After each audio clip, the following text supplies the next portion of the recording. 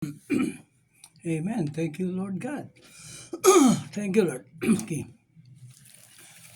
Sa mapagpalang araw po, ng araw ng Sabado po. Okay, October 4, 2025. Alam po ninyo, isa pong kagalakan, hindi ko, kumbaga, hindi ko po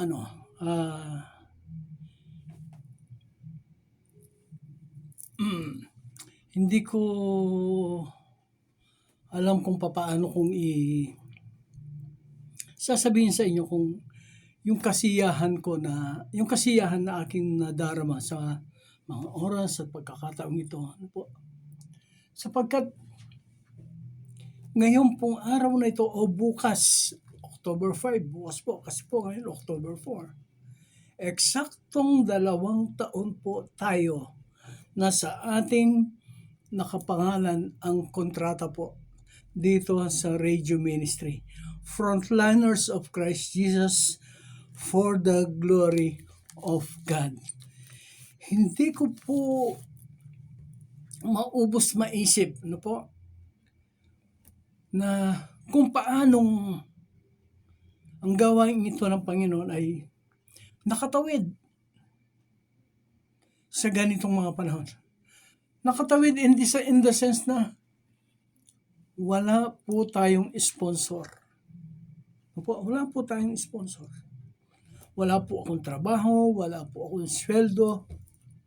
Umaasa lang po ako doon sa mga may mabubuting puso na may pagpapahalaga dito po sa gawain.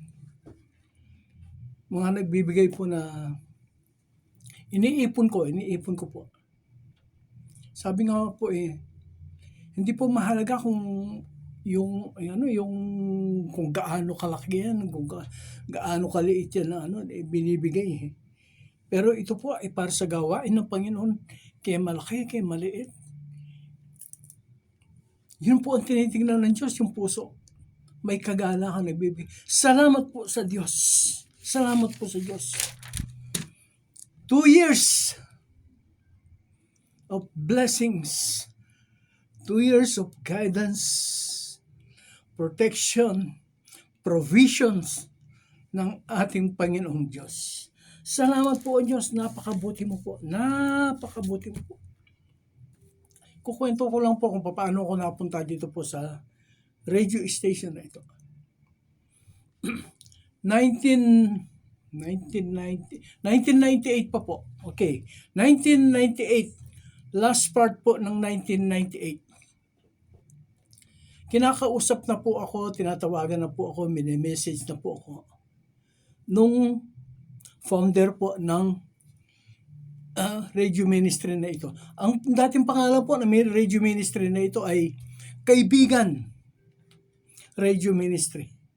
Yung po ang yung Romans 8:28 po ang kanilang life verse po. Yun po ang yun po ang tapos po ang founder po dito ay si Tita Marician de Leon. Nakalaman po niya na, kumbaga napag-unawa po niya na ako po ay naglilingkod sa Panginoon sa pamamagitan po ng pagpapastor po. Kasi po every time na mayroong mangyayari na mayroong mamamatay doon po sa lugar namin, nandoon ako, tapos nandoon po siya. At pag ako po ay nandoon sa mga ganong mga okasyon, doon sa mga ganitong mga pagkakataon, ako po sa ayaw at sa gusto ko, kukuhanin ko po yung microphone at ako po ay magbabahagi ng salita ng Diyos. Ganoon na po ng ganoon.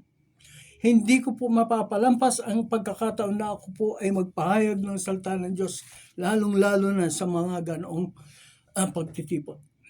So dumating po yung pagkakataon na ako po ay kanyang mini-message, 1998 pa. Ang sinasagot ko po siya, Tita, hindi po ako pwede sa ngayon kasi marami po akong trabaho, marami po akong mga schedule, busy po dun sa church na aking kinaaniban, sabi ko po sa kanya. Pero sa totoo lang po, nahihiya ako doon sa mga tao, doon sa mga pastor, doon na mga kasamahan po niya. Meron po siyang kasama mga pastor na 7 po yung kasama niya pastor dito sa Kaibigan Radio Ministry. 7 po sila. Tapos ipapakilala niya, presidente ng ganito, may-ari ng ganito, siya ang founder ng ganitong church na napakalaki. Siya ang may-ari ng ganitong eskwelahan. Siya ang may-ari ng ganitong kalawak na lupain. Ano po? So, kumbaga, ako po ay walang may pagmalaki. Wala akong masasabi na, ako ay naglilingkod sa ganito, ako ay ganito. Naglilingkod ako sa church as a deacon. Yun lang po. As a deacon, at ang isa pa ay yung early morning prayer. Kasama po ako doon.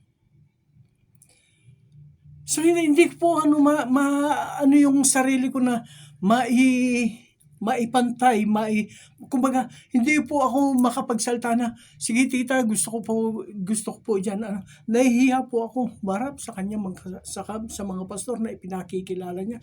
Sabi po, ang dami po nila rito, mga pastor na mga big time, big shot. Ano po? Pero dumating po yung 1999. July, August, September.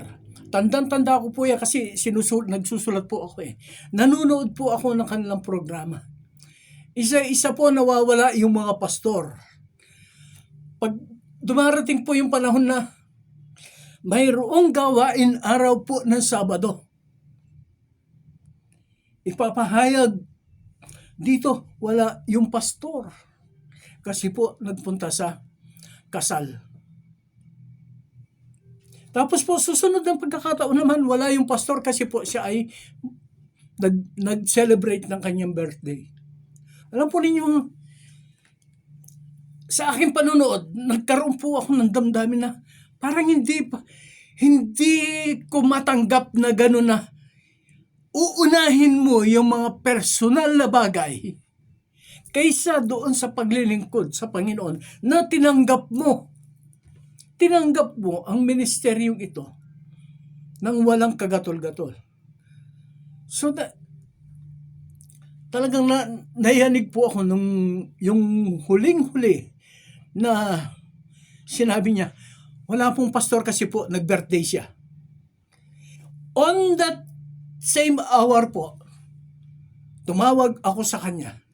Sabi ko sa kanya, tita, next week pupunta po ako dyan. Ang sabi niya sa akin, sige magpunta ka, ikaw ang mag-share. October 5 po, Sabado, bumiyahe po kami mula sa Angeles, punta po kami ng Tarlac. Dito po sa istasyon. Pagdating po dito, yan, siyempre. Yung po, ako po yung binigyan niya ng pagkakataon na makapag-share ng Word of God. Alam po ninyo kung ano po yung mensahe na pinagkatiwala ng Diyos sa akin sa araw na iyon. October 5, 1999. Araw po ng Sabado, alas 5 ng hapon. Ang ipinagkatiwala ng Diyos na mensahe dun sa araw na iyon ay ang buhay ni Job. Paanong ipinakita ni Job na siya ay tunay na mananampalataya, tagasunod ng Diyos. Sa kabila ng mga paghuhirap, sa kabila ng mga pag-uusig, sa kabila ng mga pagtitiis, hiniwalay niya ang kanyang sarili. Hindi niya binigyang pansin ang mga pang-araw-araw na kanyang pangangailangan. Ang inintindi niya, ang inisip niya ay mabigyang kapurihan, mabigyan kasiyahan, kaluguran, kagalakan ang ating Diyos. Ang sabi ko nga po doon sa isa sa mga mensahe, ipinagmamalaki tayo ng Diyos. Ipinagyayabang tayo ng Diyos kay Satanas. Doon po sa Job, ang sabi ng Diyos, have you considered my servant Job? Yun po ang mensahe na pinagkatiwala sa atin ng Diyos. Magpakatatag po tayo, maging matibay tayo sa ating tinanggap na pananampalataya. Nung ako po ay nag-share na dito, po, matapos po mag-share, ang sabi po ni Tita Marizen, sa susunod na ikaw ulit ang magme-mensahe. Sabi niya sa akin. Sabi ko, Tita, hindi po ganyan. Sa church po namin hindi ganyan. Magpapaalam po muna ako. Magsasabi po muna ako kung papayagan ako dito sa lugar na ito. So madaling salita, kinausap ko po yung pastor namin. Ito po ang aking pastor, ito po ang aking mentor, Pastor Art S. Canillas. Nagsabi ako, Pastor, sinabihan po ako na ako po ay mag-share doon po sa word of God doon po sa isang radio station. Sabi niya, sige, kung ano yan, basta ang lang, iwasan mo lang ay yung walang debate. Okay, sabi ko, sige po. So, binigyan po ako ng go signal, pinayagan po ako ng church na ako po ay nandito. Pero, nung dumating po yung aming senior pastor, kinausap ko pa rin po siya. Maski na po kinausap ko na yung mission director. Kinausap ko pa rin po ang aming senior pastor. Siya din po ang nagsabi, okay, go ahead. So, yun po ang naging pasimula na ako po ay nandito. 4 na taon po ako po ay kumbaga assistant. Po, katulong kasama po ni Tita Maricen. Dumating yung panahon na siya po ay umuwi na sa Panginoon. So wala pong mapag-iwanan dito. Actually po, sinabi ko dun sa mga, nakaharap ko po yung ilan sa mga pastor niya. 1, 2, 3.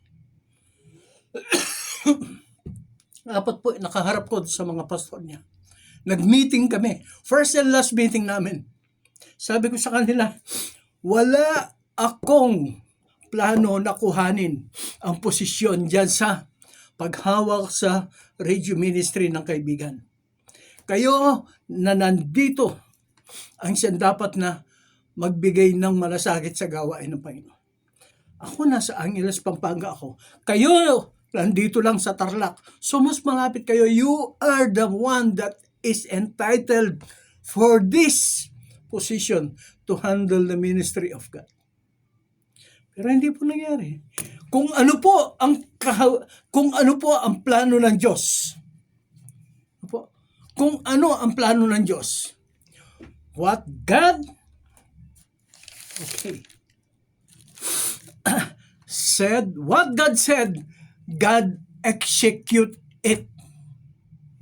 Kung ano man ang sinabi ng Diyos, ito ay kanyang isasakatuparan. Yan po ang titulo ng ating mensahe sa araw na ito.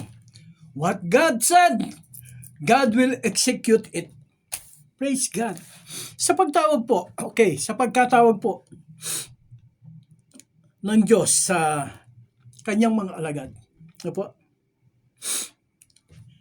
Iba-iba po ang kaparaanan ng kanyang pagtawag. Po. Iba-iba po ang kaparaanan ng pakikipag-usap niya sa mga tatawagin niyang mga alagad. Unang-una po, ito pong si David, itong pong pastol na si David, anak po ni Jesse. Siya po ay nagpapastol na doon po sa bukid. Pero mayroon siyang mga kapatid na mga matitipuno, mga sundalo, mga mandirigma. Po. Pero hindi sila tinawag ng Diyos. Kundi itong si David na 15 years old na isang walang kamuang-muang sa pakikipaglaban, sa pakikipagtunggali. Siya ang pinili ng Diyos upang maging hari ng Israel. Si Propeta Eliseo, ito ay tinuruan, ginabayan nitong si Propeta Elias. Ang pagkatawag ng Diyos sa kanya ay kakaiba yung pagkatawag sa kanya. Itong si Propeta Elias, siya ay kukuhanin na ng Diyos sa pamamagitan ng karwaheng apoy. Sa kanilang paglalakad, sinabi ni Propeta Elias sa kanya, tinanong siya ni Propeta Elias, ano ang maibibigay ko sa iyo bago ako kuhanin ng Diyos? Yun po yun, Ang sabi po ni Propeta Eliseo, ibigay mo sa akin ang tatlong bahagi ng iyong kapangyarihan. 2/3 of your anointing, give it to me. Yun po ang sinabi ni Eliseo kay Propeta Elias. Ibigay mo sa akin ang ganito. So itong si Eliseo, itong si Elias ay kukuhanin na ng Diyos sa pamamagitan ng karwaheng apoy. Ang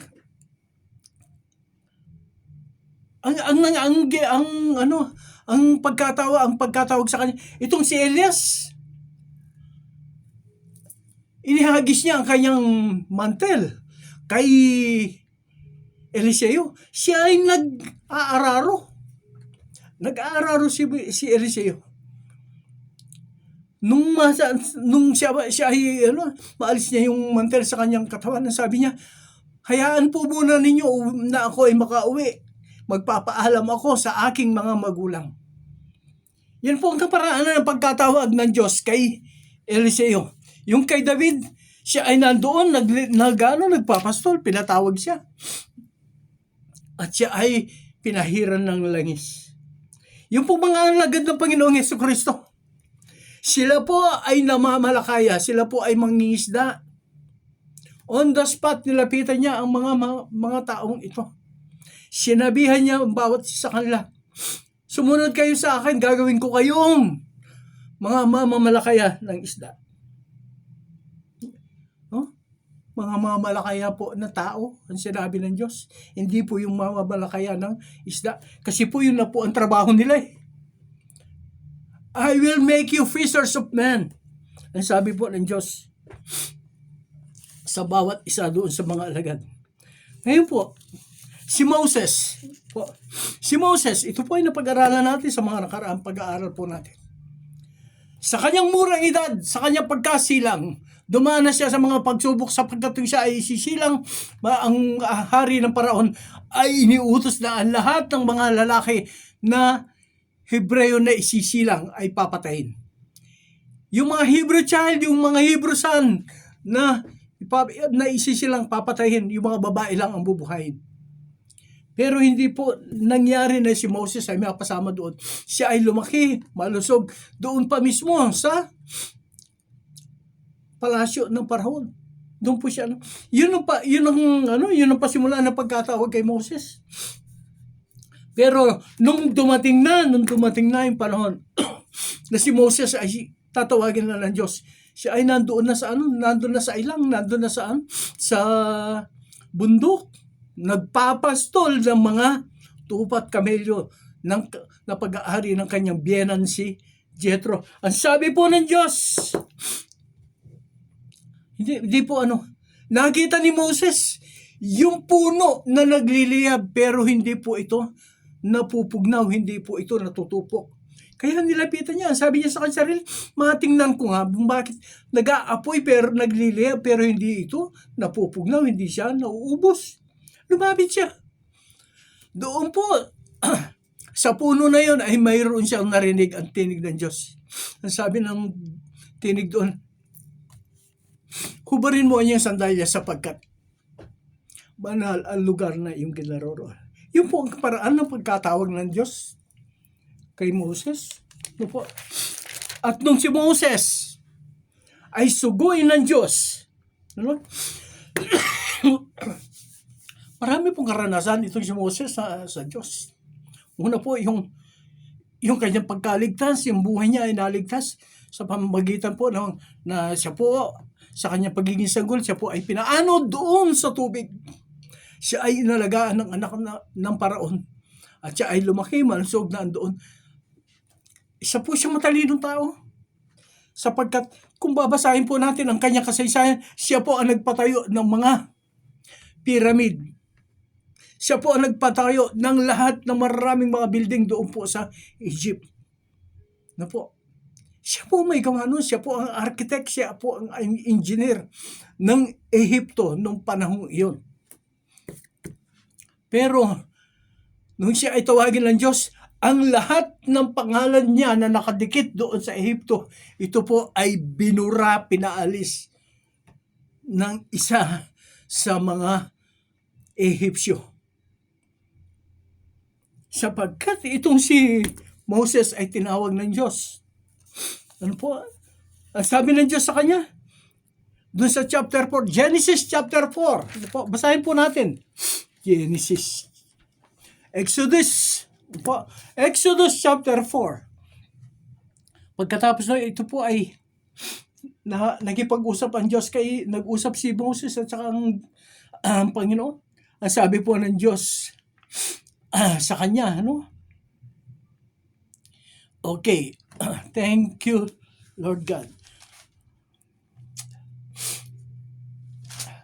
Exodus chapter 4 verse 10.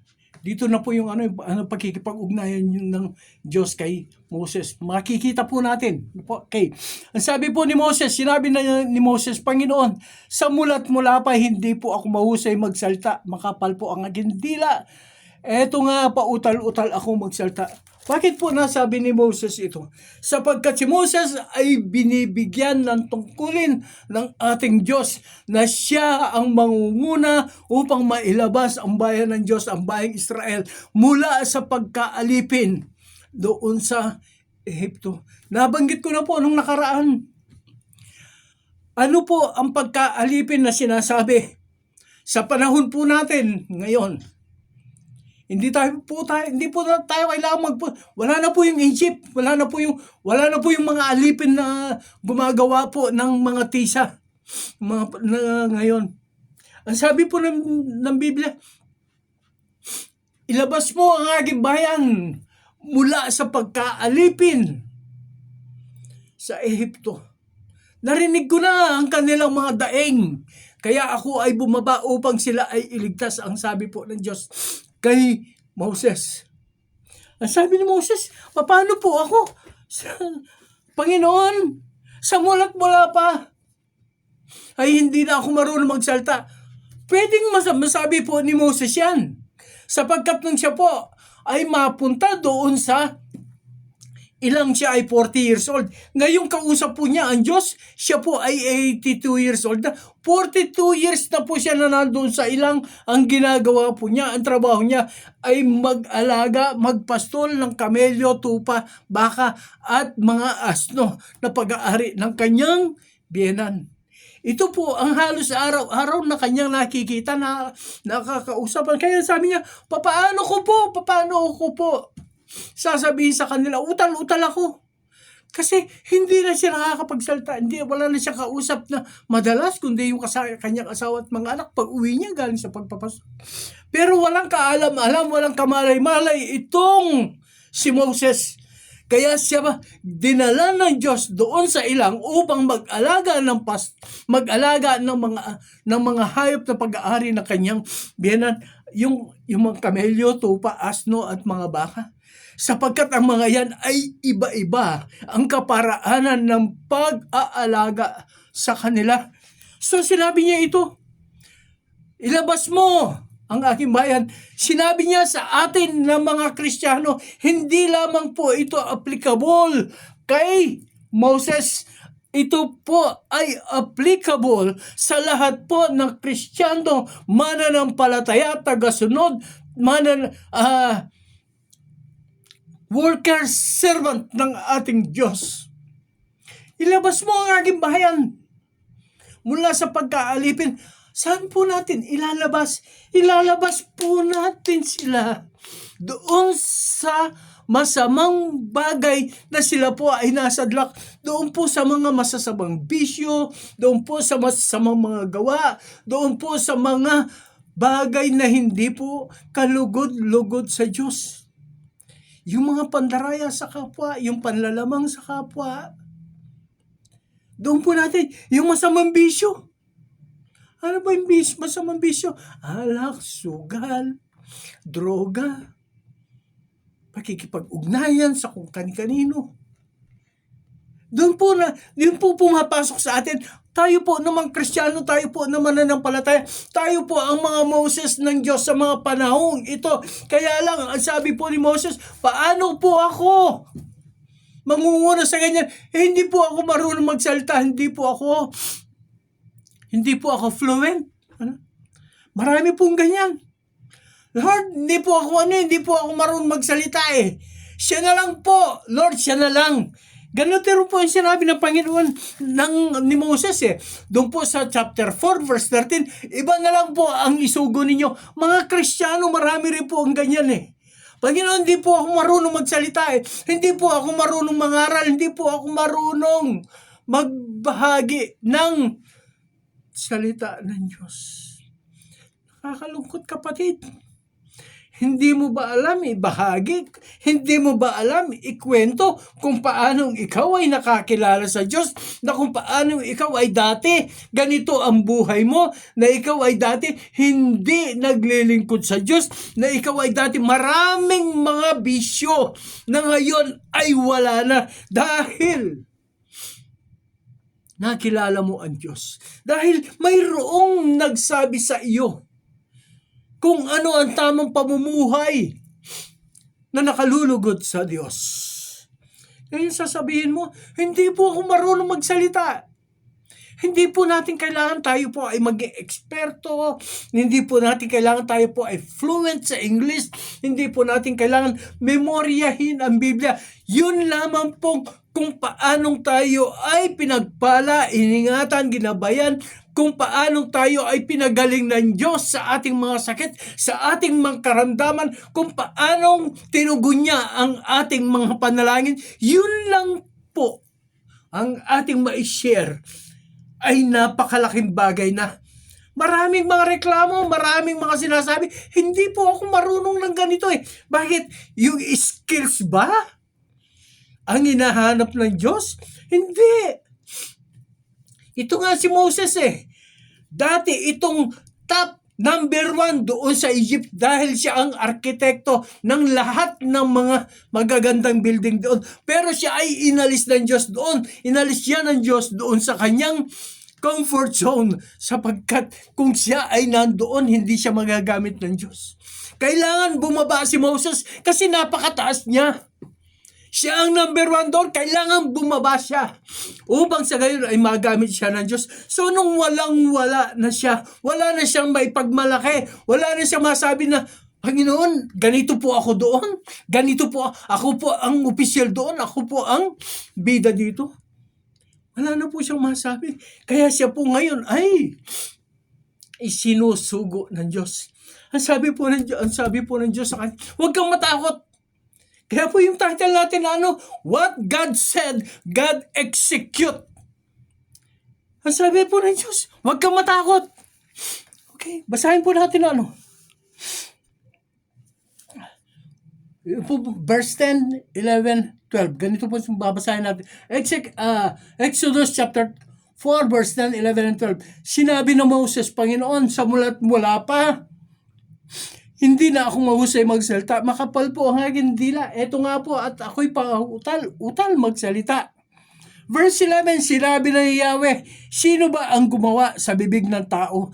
Sino ang may kapangyarihan para maging bingi o pipi ang isang tao? At sino rin ba ang nagbigay ng paningin at may kapangyarihang bumulag? Hindi ba akong si Yahweh? Mga mga Kristiyano sinasabi, hindi ko naman kaya yun eh. Hindi ko naman alam ito eh. Nakalimutan na. Ang Diyos ang siyang nagsusugo sa atin. Nakalimutan na, ang Diyos ang siyang nagbibigay sa atin ng tungkulin. Ang Diyos ang nagbibigay sa atin ng responsibilidad. Ano po? Alam po ba ninyo? Ito na po, iklaro po natin. Yung pong trabaho, yung pong ministeryo, yung pong tungkulin sa Diyos na ating isinasagawa, that is the highest form of job, the highest form of responsibility, the highest form of employment in the entire world. Ito po ang pinakamataas na antas ng paglilingkod. Ito po ang pinakamataas na antas ng trabaho. Bakit? Sapagkat ang boss mo, ang boss ko, ang amo mo, ang amo ko ay ang Diyos, hindi po yan tao. Amen! Kaya nga po, ang trabaho na ibinibigay ng Diyos sa atin, ito po ang ministeryo, ito po ang trabaho na pinakamataas ang antas kahit na pa sa presidente o prime minister na kung sino man. Yes, wala tayong pera. Yung pera natin halos mag-abot lang sa ganyan hanggang sa katapusan. But still, ang Diyos ang siyang ating amo. Ang Diyos ang siyang ating boss. Ang Diyos ang ating pinaglilingkuran. Huwag tayong magreklamo. Ano po? Reklamo tayo ng reklamo. Hindi po alam. Hindi po ako marunong eh. Bakit? Pag ang Diyos tinawag, okay, ganito na lang. Nung bang ipinanganak ka, nung ikaw ay nag-aral, alam mo kaagad isulat ang pangalan mo. Alam mo kaagad yung mga alpabeto. Alam mo kaagad, wag na lang yun. Alam mo ba, nung ikaw ay isilang, alam mo ba kaagad kung paano ka maglakad? Alam mo ba kung paano ka magsalita? Alam mo ba kung paano kang umawit? Alam mo ba kung paano kang mamasyal? Hindi. Lahat yan ay pinag-aaralan. Lahat yan ay sinasanay, kaibigan ko. Ang Diyos hindi niya tayo susuguin. Ano po? Sa isang bagay na hindi po natin kakayanin, ang Diyos bago pa niya tayo dalhin doon sa trabaho ministeryo yun, nandoon na ang lahat ng ating mga pangangailangan. Okay, ganito. Nung tayo po ay nandoon pa lang sa tiyan ng ating ina, alam ng ating ina at ng ating tatay na tayo po ay iluluwal. So, habang tayo po ay nandoon sa loob ng kanyang tiyan, sa kanyang sinapupunan, sila po ay nag-iipon na ng mga baru-baruan, nag-iipon na ng mga damit, ng mga lampin, ng lahat ng gagamitin mo. Pagkasilang mo, ang sabi nga po sa Kapampangan, bangkanita po watampanga, bait mo, kawasang-wasang. Ano po yung ibig sabihin ng kawasang-wasang? Bangkanita, para hindi ka nakakaawang tingnan, hindi ka naman, yung parang wala kang kakwenta-kwenta na ano. Hindi, bago ka pa, isilang. Nandiyan ang nanay at tatay mo na lahat ng pangangailangan mo ay kanilang inihanda na. Ganon din po ang Diyos. Bago po niya tayo suguin sa isang ministeryo, sa isang gawain, sa isang responsibilidad, inihanda na po niya ang lahat sa atin. Pagpunta ko po dito sa radio station, inihanda na po ng Diyos ang magiging sitwasyon ko rito. 4 years akong itinrain ng Diyos dito po sa radio station. Dahil 4 years after, kukunin na niya si Tita Maricen. So, kailangan po ko pong matutunan ang lahat ng kailangan ginagawa dito sa loob ng ministeryo na ito. Malay ko ba dito sa dito sa mga pinipindot-pindot, pinag-iikot-ikot dito? Pero nandyan po ang mga technical director. Sila po ang kumikilos, sila po ang gumagabay. Bakit? Sila po ang inihanda ng Diyos na tutulong, gagabay, papatnubay sa akin upang ang ministeryong pinagkatiwalaan sa akin ay maging smooth ang takbo at makarating po sa napakararaming mga tao, ang kababayan po natin. Yan po si Moses. Po, maraming reklamo. Tayo po, marami din po tayong reklamo. Mga Moses din po tayo. Pero bilang mga lingkod ng Panginoon, huwag po natin sabihin iba na lang po ang suguin mo. Siya na lang po. Kaibigan ko, yung itinuturo mo, yun na siya na lang ang suguin ng Diyos.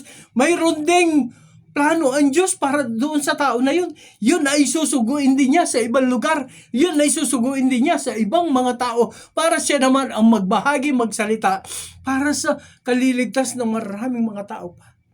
Kaya mayroon tayong kanya-kanyang trabaho at mga tungkulin sa harapan ng Diyos. Let's give our best. Let's do our duties and responsibility. Give glory to our God. Amen. Moses. Pangalawa. Si Ezekiel. Dito po sa aklat ni Ezekiel. Ezekiel chapter 2. Alam po ninyo yung mga inuutos ng Diyos, mga inuutosan ng Diyos na mga lingkod niya. God execute. Susunod po na magugulat kayo dun sa mga pag-aaralan pa po natin sa mga susunod na mga pagsasama po natin. Ezekiel. Okay, chapter 2. Praise God. Okay, Ezekiel chapter 2. Pasimula po sa verse 1 hanggang sa verse 8. Ganito po ang sabi po. Sinabi sa akin ng tinig. Okay. Si Ezekiel po ang nagsasalita rito. Sinabi sa akin ng tinig, tumindig ka at may sasabihin ako sa iyo. Kasabay noon, nilakuban ako ng kanyang espiritu at itinayo ako upang pakinggan ang kanyang sasabihin. Dito pa lamang po makikita na po natin kung paano nakikipag-ugnayan ang Diyos kay Ezekiel. Kinausap niya ng diretsyo at pagkatapos siya po ay kanyang itinindig. Upang makapakinig siya ng maayos. Verse 3. Tao, ang sabi niya, susuguin kita sa Israel. Okay. Lagay po natin ang ating mga sarili dito. Okay. Tao, susuguin kita sa Israel, sa bansang Suwail. Okay. Alam po ninyo sa mga panahon po natin ngayon, lalo na po yung mga nababalitaan po natin ngayon. Yung Israel dito, Pilipinas po. Okay, tao, yung pong tao dito, sila sabi, mga Pilipino po ito. Okay, tao. Susuguin kita sa Israel sa bansang Suwail. Suwail sapagkat hindi po tinutupad yung mga salita ng Diyos. Ang salita po ng Diyos nakalagay po din sa papel, doon sa pera. Baka po hindi nyo napapansin. Ang bansang ang Diyos, ang kanyang Diyos ay pinagpapala. Amen. Pero marami po sa mga leader natin, hindi po yung nakasulat doon ang kanilang Diyos eh. Ang kanilang Diyos, yung pinagsulatan, yung papel. Blessed is the country where God is their God. Pinagpapala ang bayan, ang Diyos, ang kanilang Panginoon. Praise God. Pero ang nangyayari po, yung mga tao doon, ang pinagsulatan, yung pera. Yun po ang kanilang Diyos. Okay, tuloy. Tao, ang sabi niya, susuguin kita sa Israel sa bansang Suwail pagkat mula sa kanilang ninuno, naghimagsik na sila sa akin hanggang ngayon. Ito po, diretso. Magmula pa sa kanilang mga ninuno, yung kanilang tatay, sumusuway na. Yung kanilang mga lolo, sumusuway na sa tuntunin ng Diyos. Pagkat mula pa sa kanilang ninuno, naghihimagsik na sila sa akin hanggang ngayon. Verse 4, matigas ang kanilang ulo at walang pitagan, kaya puntahan mo sila at sabihin mong ito ang pinasasabi ng Panginoong Diyos. Alam po ninyo mga Kristiyano, mga mananampalataya, hindi po natin sila kailangan puntahan na harap-harap. Hoy, ikaw ay ganito, kailangan ikaw ay magbago, kailangan ikaw gawin mo ang ganito. Yung tama, yung matuwid sa harapan ng Diyos, bigyan mo siya ng karangalan, bigyan mo siya ng kasiyahan at kagala. Mapangiti mo siya, tigilan mo ang mga masasamang bagay na ginagawa mo, yung pangungurakot, mga pagdaya sa ating kapwa. Ito po, hindi po ako nagsasalita niyan. Binabasa ko lang po yung mga nakasulat dito sa Biblia. Okay? Verse 5, sa makinig sila at sa hindi, pagkat matigas nga ang kanilang ulo. Ang sakit nito. sa makinig sila o sa hindi, sapagkat matigas ang kanilang mga ulo. Ano po? Verse 6, huwag kang matakot sa kanila kahit na kanila pagbantaan, kahit na paligiran kanila ng waring nakaupo ka sa gitna ng alakdan. Huwag ka ngang masintak sa bagamat sila'y talagang mapaghimasik. Sa makinig sila o sa hindi, sabihin mo sa kanila ang pinasasabi ko sa iyo, pagkat sila ay talagang mapaghimagsik. Tao, pakinggan mo ang sinasabi ko sa iyo, huwag kang tutulad sa kanila na naghihimagsik sa akin. Ito po ang panawagan ng Diyos kay Ezekiel. Ang sabi po niya, sinusugo kita sa iyong mga kababayan. Sabihan mo sila, sa makinig sila o sa hindi. Sabihin mo ang aking pinasasabi. Alam po niya, matagal na po, kung ang mga Pilipino po, lahat ng Pilipino ay nakikinig lamang po dito po sa nakasulat sa Biblia. We don't need to share the word of God again and again and again. Paulit-ulit lang po. Sa kinapal-kapal po ng Biblia na ito na 66 books compiled in one. Ano po? Ang laman po nito, iisa lang. Ang pag-ibig ng ating Panginoong Diyos, ang kanyang pagliligtas sa atin, ang kanyang provision, ang kanyang pag-iingat, ang kanyang pagpapala. Kung kikilalanin mo sa Diyos, yun lang ang laman po ng Biblia ito. From Genesis up to Revelation. Yun lang po. Ang sabi nga po ng Biblia. Makinig sila o hindi, sabihin mo. Kaya nga po, paulit-ulit eh. Pakinggan po ninyo ang mga evangelista sa mga telebisyon. Baski na po yung mga foreign pastors, ministers, bishops, evangelists, servant of God. Maski na po lahat ng mga pastor dito sa Pilipinas. Isa lang po ang ipinangangaral.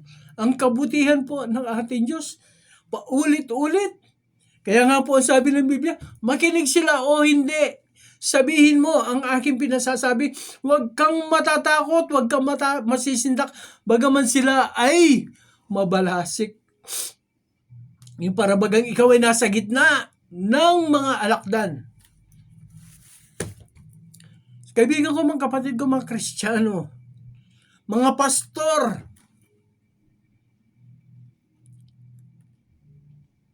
mga bishops, mga evangelists, praise God. One in all, lahat-lahat servant of God. Minsan lang, servant of God. Kay pastor ka, evangelist ka, o kung ano ka, basta servant of God. Ito lang po. Maski na po, anong mangyari, huwag tayong matakot, sabihin po natin. Alam po ninyo, nung ako po ay nagpapasimula sa pag-aaral ng salita ng Diyos, nandun na po ako sa seminaryo. Tapos po kami po ay nabigyan po ng pagkakataon na kami po ay makapag-ministeryo dito po sa may bandang Kapas, San Nicolas, Santo Domingo. Alam po ninyo, once a week, Tuesday po yun, once a week pupunta po kami rito sa may Santo Domingo. Sa may Kapas po yun. Minsan po, sa aming pag-uwi, umuulan. Magkasama ko po yung mga classmate ko sa Bible School, mga teacher din, doon po sa Christian School. Pag-uwi po namin, ilan po yung 8 kami doon.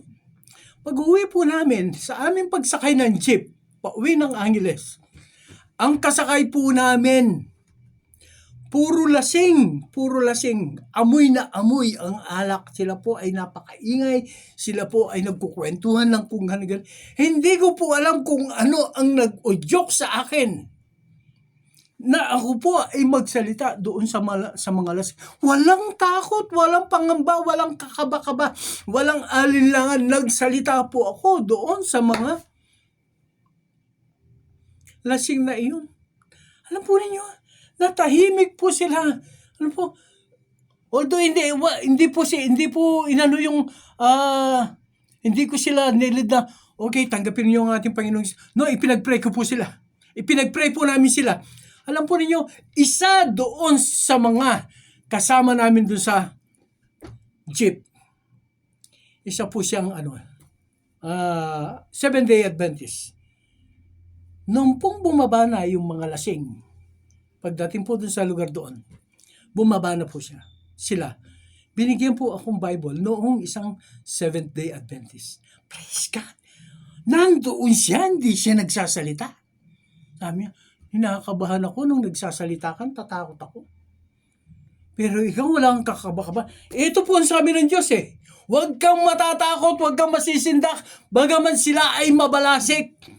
Kahit na ikaw ay parang nakaupo doon sa gitna ng mga alakdan, ikaw ay huwag matatakot. Sabihin mo ang aking may pinasasabi. Makinig sila o hindi. Yung pong mga lasing na yun, kung makinig sila o hindi. Basta ang Diyos, ginawa ko, yung pinasasabi niya, makinig sila o hindi. Sabihin mo ang pinasasabi ko. I've said the word. Yung patungkol sa kaligtasan, patungkol sa ating Panginoong Jesucristo, patungkol sa pagtanggap sa ating Panginoong Jesucristo, kung paanong ang kanilang kasalanan ay mapapatawad. Ibinahagi ko sa kanila. Hindi ako natakot, hindi ako nangamba, hindi ako kinabahan. Kanya po panawagan ng Diyos kay Ezekiel. Yun po ang kanyang itinakda kay Ezekiel. Kaibigan ko, meron tayong kanya-kanya mga ministeryong tinanggap mula sa Diyos. Hindi po natin ito pwedeng ipagwalang bahala. Yun na lang kapitbahay ko, siya lang na lang mag-share. Susunod na lang ako, magiging tagapakinig na ako. Yung kapitbahay mo, mayroon din yan trabaho. Ministeryo yung pinagkatiwalaan ng Diyos sa kanya. Meron din yan. Kaya sabihin ko sa iyo, kapatid ko, kaibigan, yung ibinigay sa iyo ng Diyos, ito, tinawag tayo ng Diyos pag tayo ay maglingkod sa Kanya. Ibigay po natin ang ating pinakamabuti. Sabihin ko po sa inyo, yung pong panahon natin, pasama na po ng pasama ang panahon natin. Huwag po tayong maaasa na magiging maayos pa, magiging mapayapa pa ang mundong ito. Dito lang po sa Pilipinas, nakikita po ninyo, pasama na po ng pasama ang takbo ng gobyerno, pasama na po ng pasama ang takbo ng buhay ng mga Pilipino. Saan ka hawak, saan ka kakapit, saan ka aasa, kundi sa Diyos na buhay. Kung ano ang sinabi niya, ito ay kanyang gagawin. Ang sabi ng Diyos sa kanya, pagpapalain ko kayo. Ang sabi po ng Diyos, tumawag ka sa akin at ako ay makikinig. Call unto me, I will answer thee, tutugunin kita.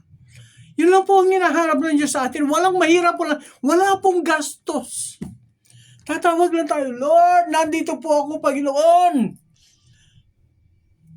Ipinubukas ko po ang aking puso, damdamin sa iyo. Ama, tinatanggap kita bilang aking Diyos, tagapagligtas na aking buhay. Patawarin mo po ako sa aking mga pagkukulang, sa aking mga pagkakamali. Yes, marami tayong mga flaw sa ating mga buhay. Pero pagdating sa Diyos, wala lahat yan. Buburahin lahat ng Diyos yan. Ang Diyos, pag nagpatawad, ito po ay siguradong wala nang balikan. Hindi ka pareho ng tao na, pinapatawad kita sa kasalanan mo, pero hindi ko makakalimutan kung ano ang ginawa mo sa akin. No? God is not like that. God is God. When He said so, He will do it. Yes. Praise God. Purihin ng Diyos sa kabutihan po niya sa bawat sa atin. Kaya nga sinasabi ko sa inyo mga kaibigan ko, kung ano man po ang ministeryong pinagkatiwala ng Diyos sa atin, ito po ay isagawa po natin ayon sa ating pinakamabuti. God said it, God will execute it. Amen. Tayo po ay manalangin. Thank you, Lord God. Thank you, Jesus. Panginoon, kami po ay lumalapit, nagpupuri, sumasambat, dumatakila sa iyo. Salamat po, O Diyos, sa pinagkatiwalaan po na mensahe sa araw ito. Purihin ka, O Diyos. Sambahin ka, dakilahin ka sa mga paalalan po sa bawat sa amin na kami po, O Diyos, ay tunay na iyong tinawag sa iba't ibang kaparaanan upang kami po ay maglingkod sa iyo. Diyos, ang trabaho, ministeryo, pinagkatiwalaan po sa amin, ito po ay ang highest form of employment dito sa entire world, O God. Sapagkat ikaw, Diyos, ang aming Panginoon, ikaw po, Diyos, ang aming boss, ikaw ang aming amo. Diyos, pagpalain mo po ang mga kapatid ko na patuloy po na nakikinig, sumusubaybay sa ministeryo ito. Sila po na mayroong mga karamdaman, tinataas ko po sa iyo, dahil ang Panginoon Diyos, Ama, si Pastora Ricky Chan, si Brother San Jacobo, O Diyos. Yes, Father God. Ama, ikaw po ang magpala sa kanila, O Diyos. Yes, Father God. Lord, ganun din po, Panginoon, si Sister Glenda Soliman. Nagkaroon po siya ng operasyon itong nakaraan. Kagalingan para sa kanya. Complete healing, O God. Ganon din po, inaalala ko rin po, Panginoon, sa hindi ng pangalan, si Pastora Joyce, complete healing, Panginoon, para sa kanya. Si Marcia Di Mabuyo, O God, Father God, complete healing para sa kanilang karamdaman. Ganon din po, Ama, kalakasan, kalusugan ng pangatawan, kay Bishop Jesse, kay Mami Penny. Ama, lahat po na may magkaramdaman sa aking sambayan, ikaw po, O Diyos, ang siyang kumilos. Ganon din po, O Diyos, ang prayer request po ng aming anak na si Jane, O God, na siya po, O Diyos, ay mag-a-apply doon po sa Al Jazeera. Lord, I speak blessings, O God. Katugo na po para sa kanyang panalangin, O God. Purihin ka, sambahin ka, deklara ka, sa pangalan po ng ibugtong na anak, si Kristo Jesus. Amen and Amen. Thank you, Lord God. Amen. Amen. Okay.